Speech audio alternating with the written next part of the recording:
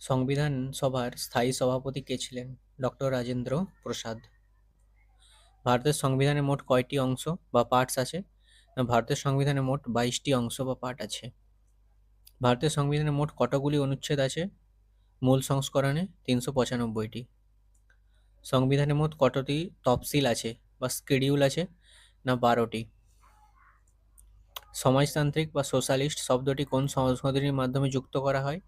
এটি যুক্ত করা হয় 42তম সংশোধনীর মাধ্যমে। ধর্মনিরপেক্ষ শব্দটি বা সেকুলার শব্দটি সংবিধানে যুক্ত হয় কত সালে? না, 1976 সালে। প্রস্তাবনা ভারতের সংবিধানের কোন অংশের ব্যাখ্যা দেয়?